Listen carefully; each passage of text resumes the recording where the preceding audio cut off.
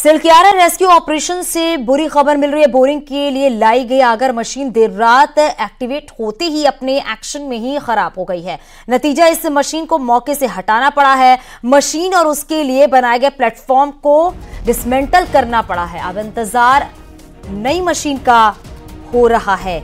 आपको बताते चले कि अब नई मशीन लाने की बात की जा रही है ताकि नई मशीन से रेस्क्यू का काम शुरू किया जा सके, क्योंकि 4 दिन से जो मजदूर फंसे हुए हैं उन्हें लगातार निकालने की कोशिश की जा रही है और 62 घंटे हो चुके हैं, 4 दिन बीत चुके हैं और जैसे तैसे करके जो अंदर मजदूर फंसे हुए हैं उन्हें ऑक्सीजन, उन्हें खाना पहुंचाया जा रहा है।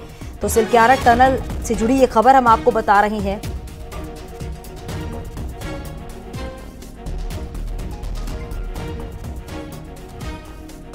सिलक्यारा में चल रहे टनल रेस्क्यू ऑपरेशन को बड़ा झटका लगा है। जिस आगर मशीन पर अभी तक उम्मीदें थी कि इससे बोरिंग करके ह्यूम पाइप डालकर फंसे हुए श्रमिकों तक पहुंचाया जाए, वो आगर मशीन कल दिन भर उसके इंस्टॉलेशन का काम चलता रहा। देर रात जब बोरिंग का समय आया तो बोरिंग के पहले ही राउंड में मशीन खराब हो गई। इससे जो तमाम श्रमिक दूसरी ओर फंसे हुए हैं, उनके परिजन जो टकटकी लगाए बैठे हैं, उनकी उम्मीदों को बड़ा झटका लगा है। हालांकि आगर मशीन के विकल्प के रूप में दिल्ली से अब एक हाई पावर की मशीन यहां पर मंगाई जा रही है, जो वहां से हवाई जहाज के जरिए चिनालीसौड़ हवाई पट्टी पर उतरेगी और वहां से ट्रकों के जरिए उसको टनल तक लाया जाएगा। ये जो मशीन अब आप देख रहे हैं जो टनल के अंदर जा रही है, ये केवल 35 mm तक की ही बोरिंग कर पाएगी। यानी कि ये जो ह्यूम पाइप हैं ये 900 mm के हैं और इसकी बोरिंग होगी 35 mm तक। तो हालांकि ये कुछ काम नहीं कर पाएगी, लेकिन फिलहाल विकल्प के तौर पर इसको टनल में भेजा जा रहा है ताकि कुछ हिस्से में बोरिंग की जा सके। अब सबकी उम्मीद उस हाई पावर मशीन पर है जिसको कहा जा रहा है कि वो दिल्ली से यहाँ पर पहुँचाई जाएगी। कैमरा पर्सन राकेश रावत के साथ सुनील नौप्रभात, न्यूज़ 18, सिलक्यारा, उत्तरकाशी। तो उत्तरकाशी की सिलक्यारा में टनल हादसे को आज चौथा दिन है और टनल में अभी भी 40 मजदूर फंसे हुए हैं। हालांकि सभी की हालत ठीक बताई जा रही है। वहीं प्रशासन के मुताबिक मशीन से बोरिंग में अभी कुछ और वक्त जो है वो लग सकता है। वहीं टनल में करीब 2 किलोमीटर का जो एरिया है वो मजदूरों के पास है और टनल के अंदर बिजली होने की भी बात कही गई है। बड़ा सवाल ये है कि अब और कितना समय टनल में फंसे मजदूरों को निकालने में लगेगा।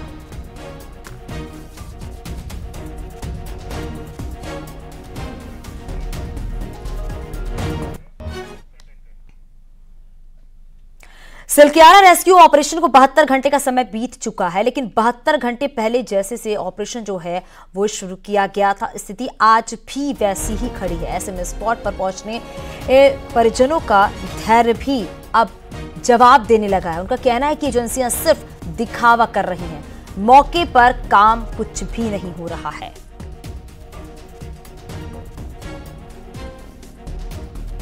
वहाँ अभी अंदर गया था मैं, बात की तो प्रोग्रेस तो कुछ नहीं हो रहा वहाँ पर। अभी जो कल देखा मैंने वही आज हो रहा था। बस ये बोल रहे कि मशीन ख़राब हो गई, उस वो पाइप चला के अंदर, पर मैंने ऐसा कुछ नहीं देखा। अभी बात तो हो रही है, थोड़ी बहुत आवाज़ आ रही थी। बस पापा ने यही बोला कि मैं ठीक हूँ, बाकी ज़्यादा आवाज़ तो नहीं आई। बस तबीयत ख़राब नहीं हुई अभी तक, खाना पानी सब जा रहा वहाँ, बाकी सब ठीक है। अभी वहाँ अंदर में कार्य नहीं हो रहा। कार्य जो कल था सुबह वो देखा मैंने, वो अभी देखा वही है। मशीन ला रहे हो, वो वेल्डिंग कर रहे हो, वही चीज़ हो रहा है। कल हो गया, अब कल का दिन भी हो गया, आज का दिन हो गया। जब कल हमारे थे, हमने को बोला था कि मतलब क्या आप लोग क्या काम कर रहे हो। उन्होंने मशीन आएगी, मशीन लगी हुई है। कल सवेरे से मशीन 5 बजे से लगी है, रात को 12 बजे तक। बोला क्या हुआ, कोई प्रोग्रेस नहीं होता। जब हम पूछे हुए बार बार पूछे तो उनको कि भाई क्या है, क्या प्रोग्रेस है, क्या है। बोला मशीन काम कर रही है, पाइप लग रहे हैं, आज हो जाएगा, शाम तक हो जाएगा, सवेरे हो जाएगा। लेकिन शाम तक हमने लास्ट में भी देखा कि कोई मशीन ने कोई काम नहीं किया। और इसी पर बात करने के लिए ग्राउंड जीरो से हमारे सहयोगी सुनील नौप्रभात हमारे साथ जुड़ गए और साथ ही हमारे सहयोगी ग्राउंड जीरो पर बलवीर भी मौजूद है। सुनील, जरा बताइएगा, क्योंकि अब वक्त बीतते जा रहा है और चौथा दिन है, लेकिन ग्राउंड जीरो पर क्या तस्वीर आप देख पा रहे हैं और कितना वक्त लगेगा जो 40 मजदूर अंदर फंसे हुए हैं उनको बाहर निकालने में? देखिए चांदनी, ये बड़े अफसोस के साथ कहना पड़ रहा है कि 72 घंटे पहले जहां से ये रेस्क्यू ऑपरेशन शुरू हुआ था आज भी वहीं पर खड़ा है, क्योंकि जिस आगर मशीन पर बड़ी उम्मीदें लोगों की थी, उन तमाम श्रमिकों की थी जो 72 घंटे से दूसरी पार फंसे हुए हैं, वो उम्मीदें देर रात तब ध्वस्त हो गई जब जो मशीन आगर मशीन थी उसने जैसे ही ड्रिलिंग करनी शुरू की, बोरिंग करनी शुरू की, तो एकदम से भरभराकर ऊपर से मलबा गिरने लगा और फिर मशीन को चलाने की कोशिश की गई, लेकिन लास्ट में ये डिसीजन हुआ कि मशीन यहाँ पर बोरिंग नहीं कर पाएगी, क्योंकि लगातार लूज गिर रहा है और मशीन की उतनी कैपेसिटी नहीं है। आप देखिए, एक दृश्य आप देखिए कि अब लोगों का धैर्य किस तरह से जवाब देने लगा है, कि आप देखिए ये तमाम जो लोग यहाँ पर जा रहे हैं ये श्रमिक हैं और श्रमिकों में भी अब आक्रोश फैलने लगा है इस बात को लेकर कि जो 40 जिंदगियां वहाँ पर फंसी हुई हैं आखिर उन तक कब तक पहुँचा जाएगा और प्रशासन या फिर रेस्क्यू में लगी एजेंसियां कर क्या रही हैं, क्योंकि जिस मशीन से उम्मीदें टिकी थी वो मशीन खराब हो चुकी है, दूसरी मशीन अभी तक नहीं आई और आ भी जाती है तो उसके इंस्टॉलेशन में भी एक लंबा वक्त लगेगा। आप देखिए तमाम मजदूर पहले NHIDCL जो कंपनी है उसके ऑफिस में गए, ये वही श्रमिक हैं जो NHIDCL के हैं, उनमें अब अपने साथियों को लेकर आक्रोश फैलने लगा है और अब फिर NHIDCL के अधिकारियों को लेकर वो यहाँ पर टनल के मुहाने पर पहुंचे हैं। आप देखिए वहाँ पर बैरिकेडिंग के पास अब हंगामा शुरू हो गया है, पुलिस वहाँ पर खड़ी है, लेकिन अब लोगों का धैर्य जवाब देने लगा है कि आखिर 72 घंटे से जो उम्मीद बंधी थी वो उम्मीद टूट गई है। बलबीर अभी हमारे साथ बलबीर भी हैं, बलबीर अभी इन्हीं लोगों के साथ थे। बलबीर अभी जब ये श्रमिक यहाँ पर आंदोलन कर रहे हैं क्या कहना था इनका? बिल्कुल देखिए बैरिकेडिंग भी तोड़ दिया गया है, पुलिस से धक्का मुक्की वहाँ पर होने लगी है। ये तमाम जो श्रमिक हैं, क्योंकि यहाँ पर परिजन मुश्किल से 1-2 मजदूरों के परिजन यहाँ पर पहुँचे हैं, बाकी वही श्रमिक हैं जिनके साथी अंदर फंसे हुए। यही श्रमिक कल तक यहाँ पर काम कर रहे थे, आज सुबह तक भी काम कर रहे थे, लेकिन अब जब बोरिंग मशीन ड्रिलिंग मशीन खराब हो गई तो इनका भी धैर्य जवाब देने लग गया और वो उनको भी ये बात महसूस हो रही है कि आखिर कोई और विकल्प क्यों नहीं तलाशा जा रहा है। इन श्रमिकों का ये भी कहना था कि बाईपास सर्जरी के रूप में टनल का कोई और वैकल्पिक उपाय देखा जाना चाहिए बोरिंग के अलावा, कि कहीं से बाईपास टनल का रास्ता ढूंढा जाना चाहिए। अब श्रमिकों का जो धैर्य है वो जवाब देने लगा है। बलबीर आप इन श्रमिकों के बीच थे, क्या कहना था इनका?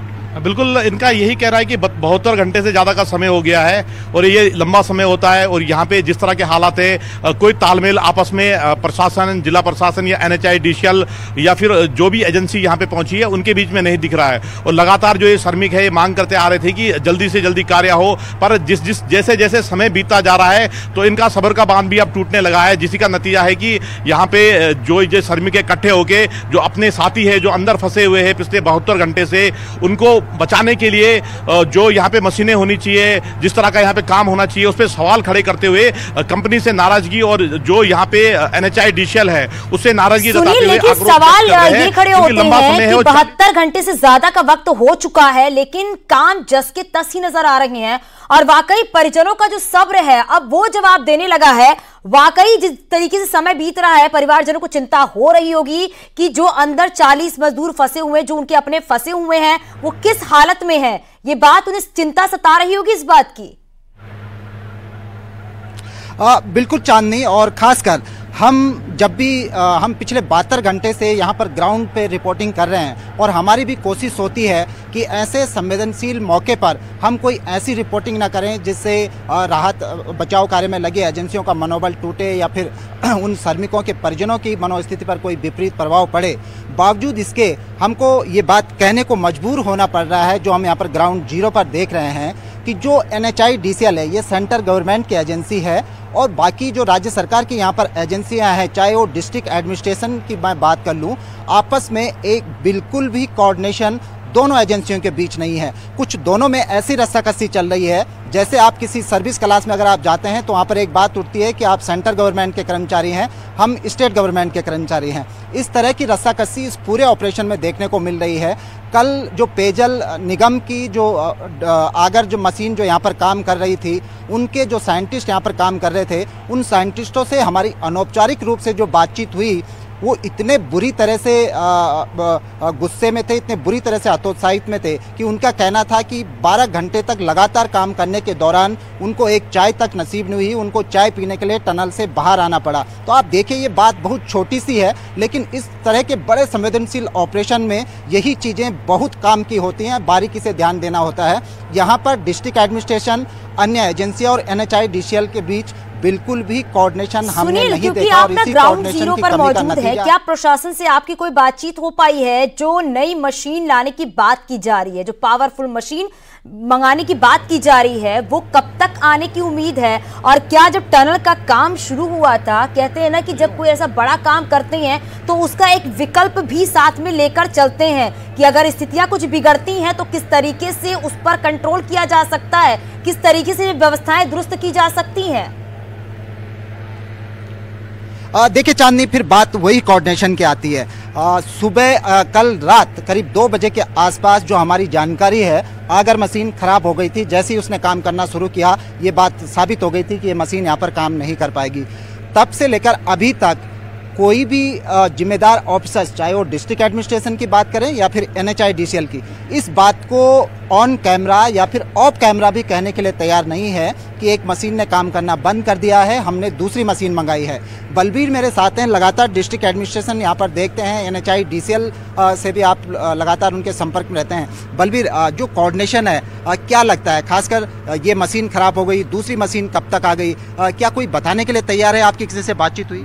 बिल्कुल, यहाँ पे बताने के लिए कोई भी तैयार नहीं है। जो कोऑर्डिनेशन होना चाहिए था जिला प्रशासन का, जो NHIDCL का और जो अदर एजेंसी है उनका होना, वो यहाँ पे बिल्कुल भी नजर नहीं आ रहा है, जिसका नतीजा है कि सही सटीक जानकारी किसी के पास नहीं है। और 72 घंटे का लंबे समय होता है और सबसे बड़ा ऑपरेशन ये है और देश का सबसे बड़ा ऑपरेशन है। 40 जिंदगी को बचाने के लिए ये ऑपरेशन चलाया जा रहा है और 8 राज्य के जो मजदूर है इसके अंदर फंसे हुए। तो इस तरह के अगर इतना लंबे समय के बाद आपसी तालमेल नहीं बन पाना एक सवाल खड़ा करता है पूरे सिस्टम पे। और जिस तरह से लगातार CM भी यहाँ पे पहुंचे, उसके बाद नेताओं का भी यहाँ पे आने का दौर लगातार जारी है, पर जो तालमेल होना चाहिए सभी एजेंसियों के बीच में वो नहीं दिख रहा है, जिसका नतीजा है कि आज कोऑर्डिनेशन का हीला हवाली देते हुए जो 40 जिंदगियों की बात की जा रही है, 40 जिंदगियों पर अगर कुछ बीतता है तो उसका जिम्मेदार आखिरकार कौन होगा सुनील?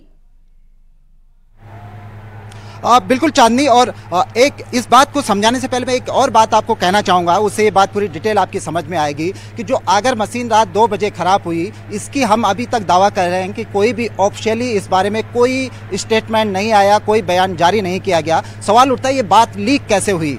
आप देखिए कि एक सरकारी ग्रुप में जो डिजास्टर मैनेजमेंट का ग्रुप है, उसमें रात अचानक से एक मैसेज पड़ता है कि जो आगर मशीन है और उसका जो प्लेटफॉर्म है उसको डिसमेंटल कर दिया गया है। अचानक हमारी नज़र उस मैसेज पर पड़ी और मैसेज पर नज़र पड़ते ही तत्काल वो मैसेज रिमूव भी कर दिया गया एजेंसियों के द्वारा कि इसको पब्लिक नहीं करना है। वहाँ से ये बात सामने आई, न्यूज़ 18 ने इस बात को फ्लैश किया, अनौपचारिक रूप से लोगों से बातचीत की, तब जाके इस बात का खुलासा हुआ कि आगर मशीन खराब हो गई है, दूसरी मशीन आ रही है। लेकिन ऑफिशियली अभी तक ऑन डॉक्यूमेंट, ऑन रिकॉर्ड कोई भी ऑफिसर, चाहे वो डिस्ट्रिक्ट एडमिनिस्ट्रेशन का हो या फिर NHIDCL का, किसी ने ये बात एक्सेप्ट नहीं की है। और ये सब जानते हैं जो परिजन अभी सुबह अंदर गए कि आगर मशीन खराब हो चुकी है, वो काम नहीं कर रही है, वो इस कैपेसिटी की नहीं है कि इस मलबे में बोरिंग कर पाए।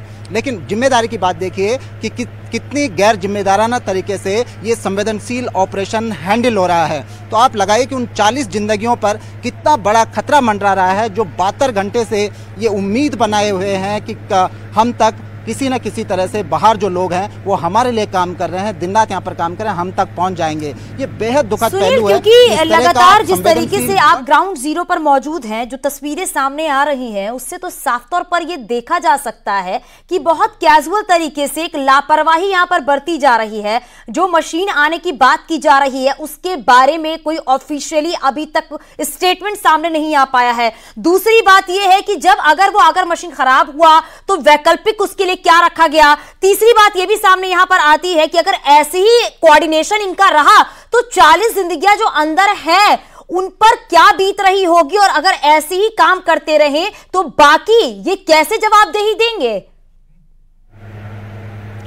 बिल्कुल चांदनी, और आप देखिए कि इतने श्रमिक यहाँ पर हैं, वो हंगामा कर रहे हैं। इन्हीं श्रमिकों ने यहाँ पर मैनुअली काम करना है। उन श्रमिकों को समझाने के लिए पुलिस वहाँ पर है, एनडीआरएफ वहाँ पर है, लेकिन कोई जिम्मेदार अधिकारी एनएचआईडीसीएल का उनके बीच नहीं है जो उनको अपनी बात रख सके, उनकी बात समझ सके।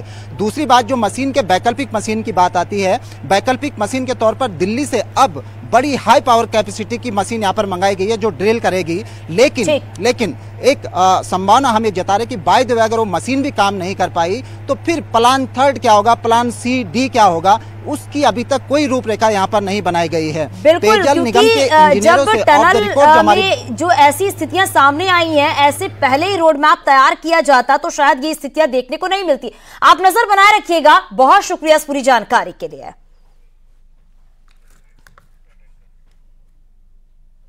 आज मध्य प्रदेश के दौरे पर सीएम पुष्कर सिंह धामी जाएंगे। इंदौर में उत्तराखंडी समाज द्वारा आयोजित सभा में सीएम धामी शामिल होंगे। बीजेपी प्रत्याशी रमेश मेंदोला के लिए सीएम धामी चुनाव प्रचार प्रसार करेंगे।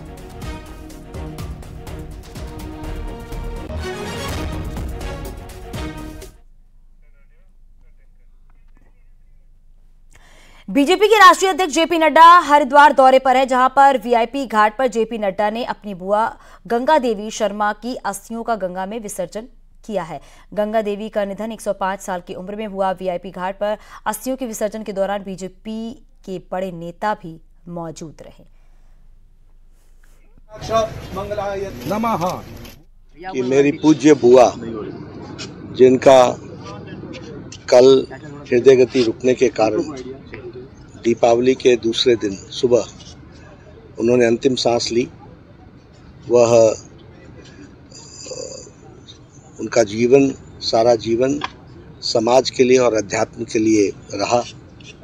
वो हमारी पूज्य बुआ के अंतिम संस्कार हमारे हिमाचल प्रदेश के बिलासपुर के विजयपुर गांव में हुआ और तत्पश्चात मैं यहाँ हरिद्वार में उनके अस्थि विसर्जन के लिए आया था।